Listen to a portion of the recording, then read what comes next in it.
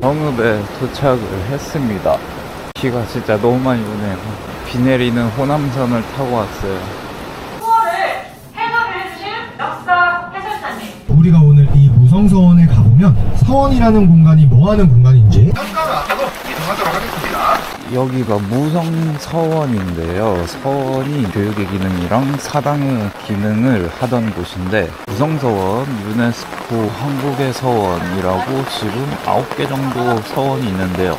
홍성대원군이 서원 철폐를 했을 때 전국에 47개의 서원만 남았는데, 전라도에 남아있는 서원은 이 무성서원이 딱 하나가 살아남았다고 합니다. 비를 들어갈 때는 오른발로 들어갔다가 왼발로, 이 문을 들어올 때는 오른발로 먼저 한 번에 들어오고 그 왼발을 다시, 이게 예의라고 합니다.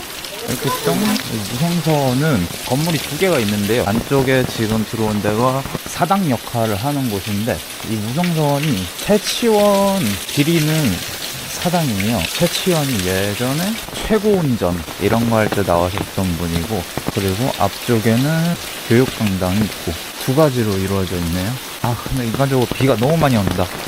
비가 너무 많이, 미치게 교육하는 강당인데, 석가래 있는 천장을 보면은 칠판 같은데 막 뭐가 엄청 써 있습니다. 한자가. 이런 걸 다 외워야 됐던 거겠어요. 위를 보지 않으면은 안 보여서 그냥 앉아 있으면.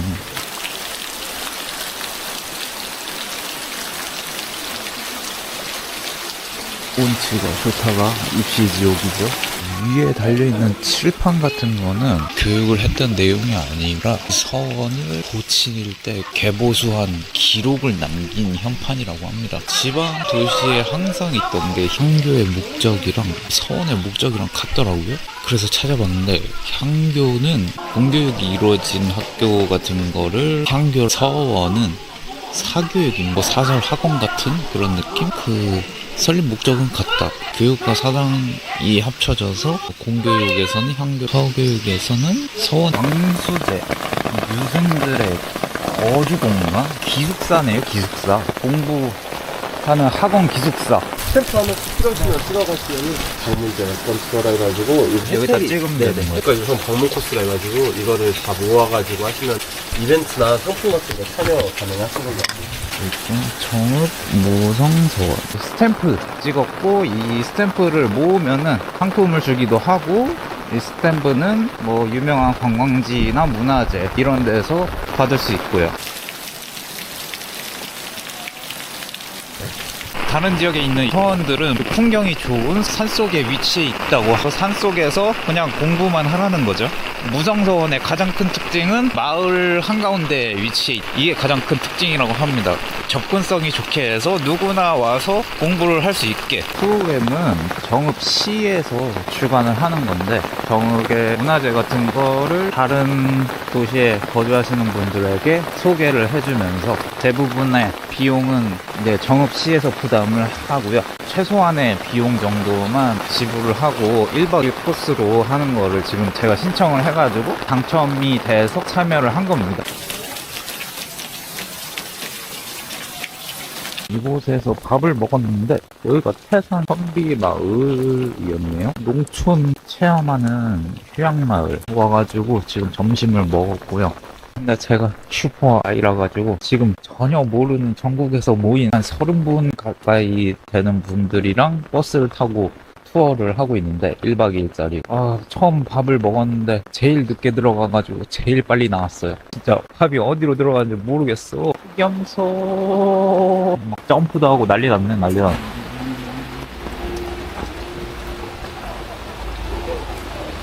났네.5일장도 딱히 아닌 것 같고, 장마가 시작을 해가지고 사람이 되게 없어요.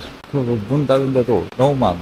술 문화관에서 술 만드는 걸 체험하는 것 같은데, 이게 예전에 전통 양조장살이었다고 하네요. 리모델링을 한 것 같아. 도예 체험 같은 것도 하고, 뭐 술 만들기 체험 같은 것도 하고. 우리나라 양조장 중에서 직접 누구를 만드는 곳이 1000개 중에 100개도 안 돼요.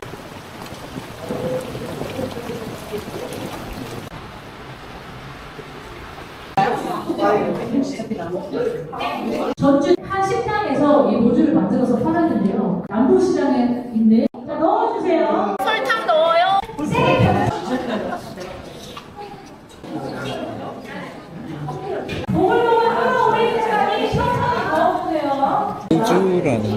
도수는 거의 없습니다. 1% 미만이어가지고 포인트가 바로 끓인다는 건데요. 오래 끓여서 알코올을 다 날려서 1% 정도까지 남기는 거품이 올라오기 시작하는데 20분 정도는 끓여야 되는 것 같아요. 알코올을 거의 싹 다 날리는 거.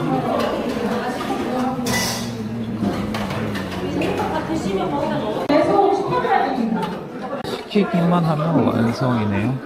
이거 확 식어야 팬시머의 변형이 안 가서 안 터져요.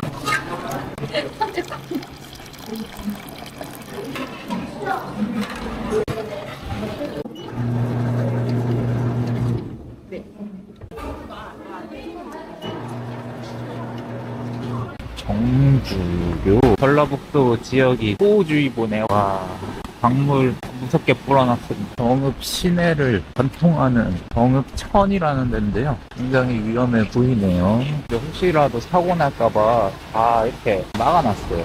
여행을 하다 보면 별의별 사람들 다 만나는 것 같아요. 살아왔던 사고방식이랑 너무 다른 사람들을 만나게 돼요. 완전히 다른 생각을 가지고 있는 사람들을 만나거나 새로운 지역을 가본다거나 그렇게 새로운 거를 경험을 해보면은 생각이 좀 뜨이는 것 같아요. 여행의 참된 묘미가 아닐까. 완전 새로운 세상에 떨궈지면은 새로운 거를 또 배울 수가 있단 말이야. 여행의 좋은 점이라고 생각해. 지원을 안 했고 당첨이 안 됐더라면 내가 살면서 정읍이라는 도시를 올 일이 언제 있겠어. 사실 평생 없다고 봐도 돼. 나는 여기가 뭐가 유명한지도 사실 몰라. 전혀 몰라. 그냥 이런 도시가 전라북도에 있다라는 것만 알지.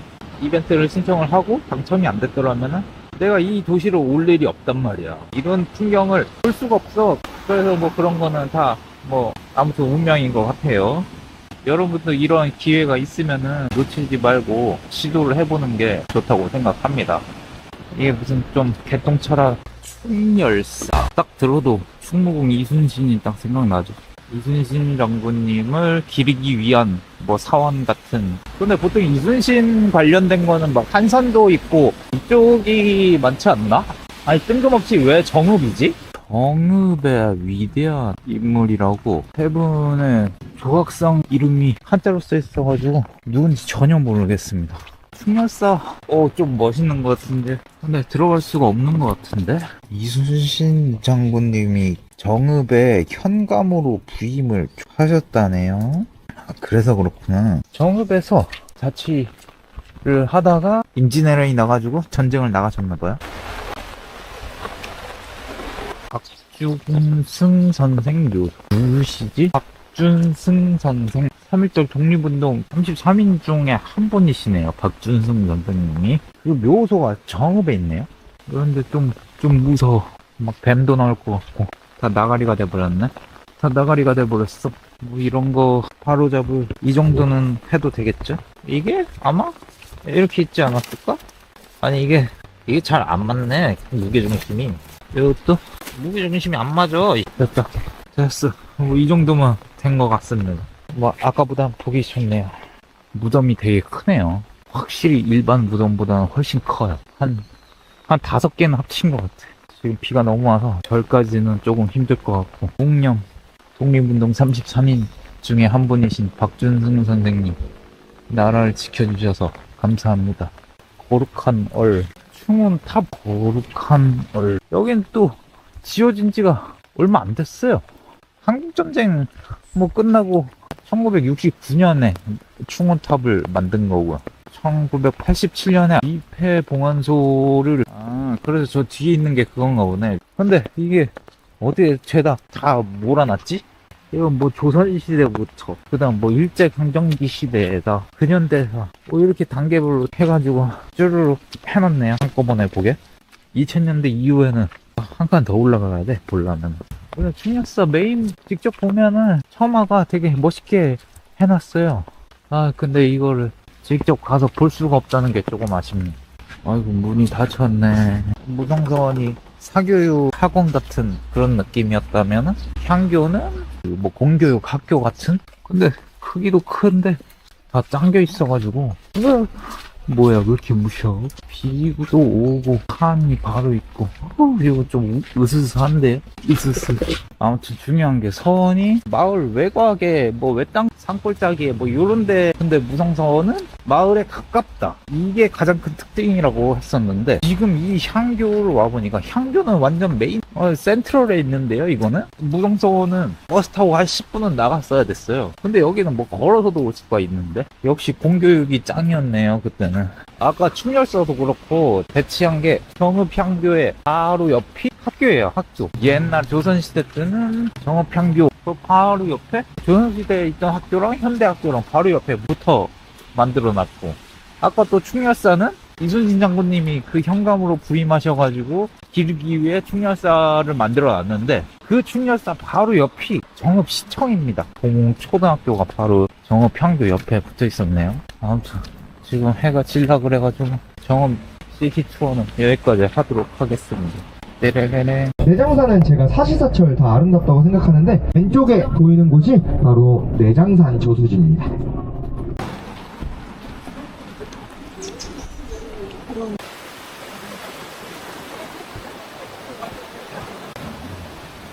오전 코스로 내장산을 올라가고 있는데요.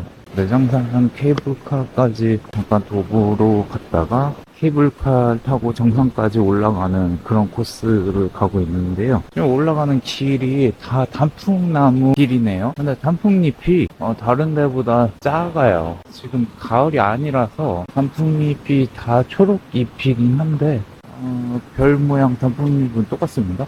이게 단풍잎이 작다 보니까 마치 초록색 별 같긴 하네요.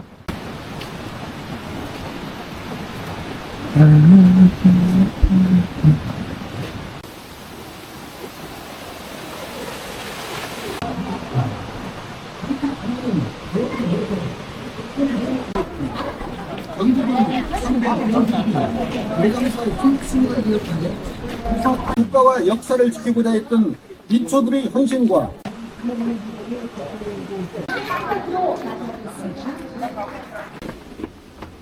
케이블카가 꽤 크네요. 이 정도 규모면 내장산이 꽤 높은 건가? 내장산 케이블카는 연자봉 중턱 내장산 전망대 부근까지 한 50명 정도 타고 한 5분 정도 간다고 합니다.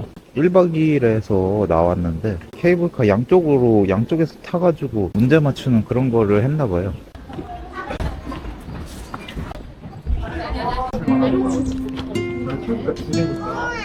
생각보다 꽤 높네요. 이거 그러다가 잠깐만. 아니야 그럼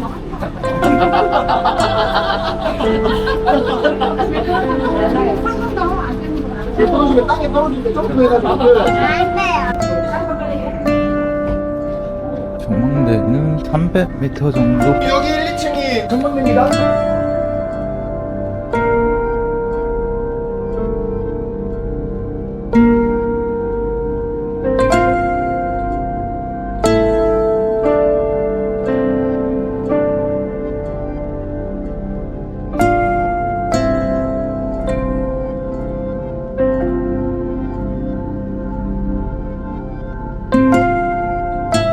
이제 내려가는 거 구경이지. 단풍만 밖에 있는 게 아니고 구절초 관련 축제가 있거든요. 구절초가 떨리고 있어요. 구절초가 몸에 좋은 약재로든 구절초가 국화가거든요. 그러면 이렇게 산 하나를 완전히 구절초 밭을 만들었어요. 여기를 지금 많이 개발을 해놨는데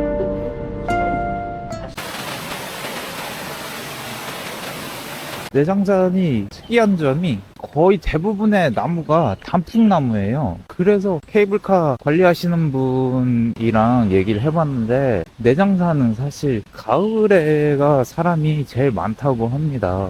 단풍나무가 대부분이기 때문에 가을에 단풍이 물이 들면은 그때가 엄청 이쁘다고 하네요. 아름다운 경관 사진? 여기구나.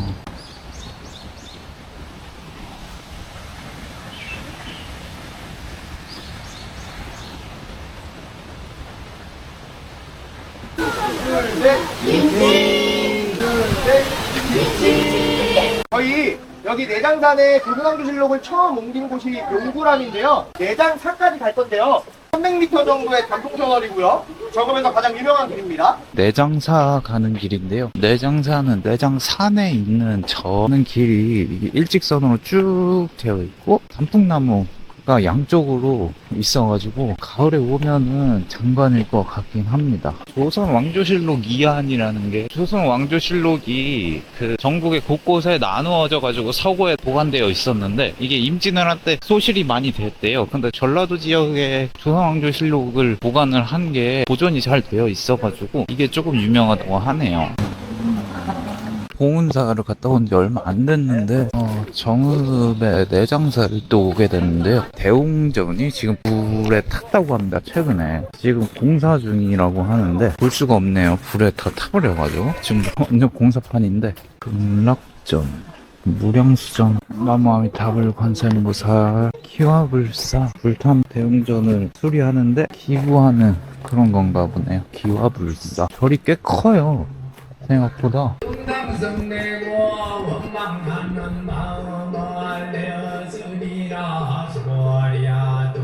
이곳이 사람이 없어가지고 여기에서 절을 좀 하고 가야겠습니다.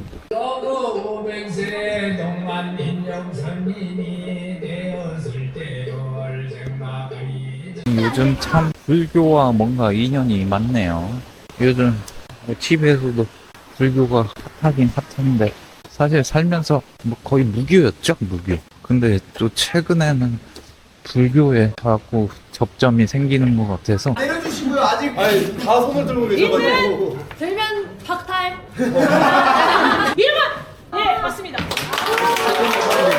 지켜낸 님. 좋아요. 자, 정답입니다. 번호코이 하나 1년 넘게 지켜낸 이를 기념하기 위해 문화지킴이에 내려주세요. 내려주세요. 내려주세요. 내려요. 왜 2월 22일이 문화지킴이의 날일까요? 이게 옮겨서 맞습니다. 용구람의 조선왕조실록이 옮겨진 날입니다. 자, 이제 식사 맛있게 하세요.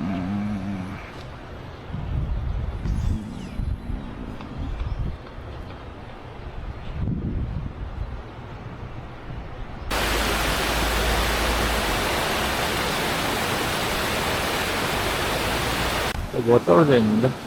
이거 뭐지? 먹어도 되나? 오, 딱 좋게 익었어. 이게 딱 떨어진 거 보면 멋진가? 뭐 그런 거 같은데. 서울 맛은 없네요. 한 3개 정도 먹어봤는데. 어제 비가 엄청 많이 와가지고 수량이 엄청 늘었어요. 와, 여기 거의 2m 가까이 되겠다. 지금 아무래도 물이 불어가지고 조금 위험한 것 같긴 해요. 원래 수량이 없었는데 막 이렇게 생기다 보니까 물살도 세고.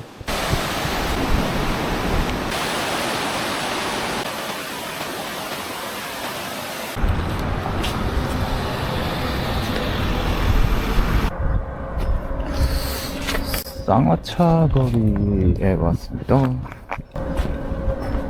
정읍 쌍화탕 거리.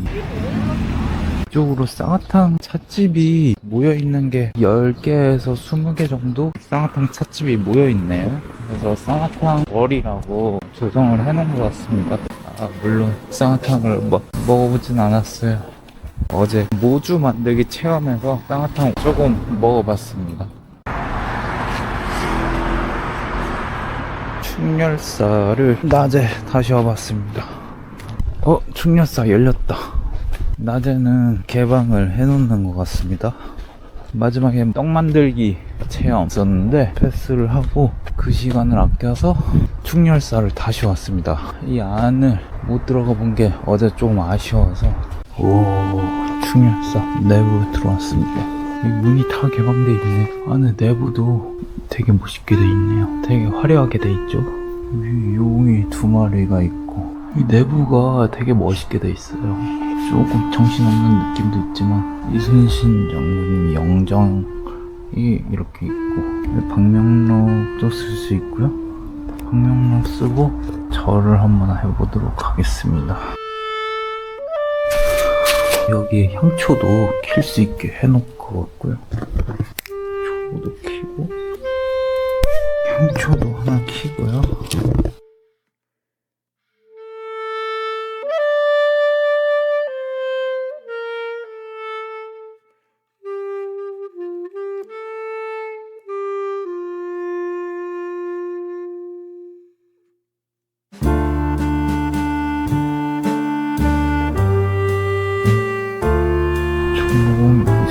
장군님, 나라를 지켜주셔서 감사합니다.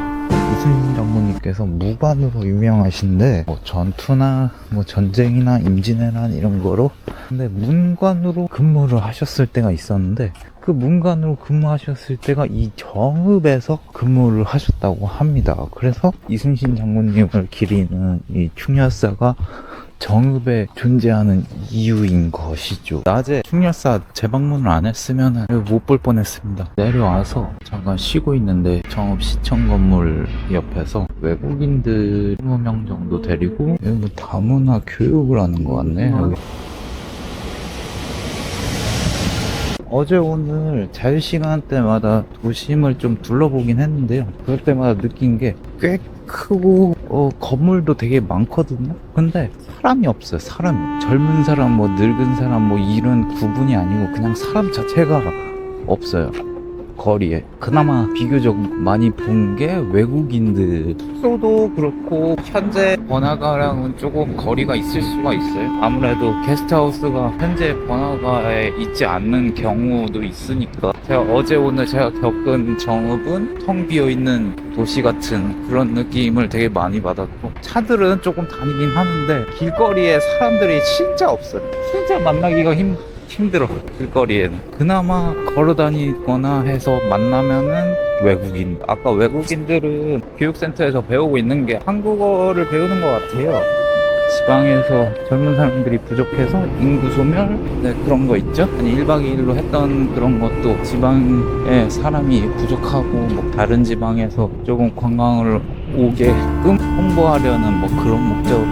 외국인들한테 한국어 교육 같은 거를 하는 것도 저출산, 인구 소멸 그런 거 있잖아요. 그런 차원에서 하는 것 같네요.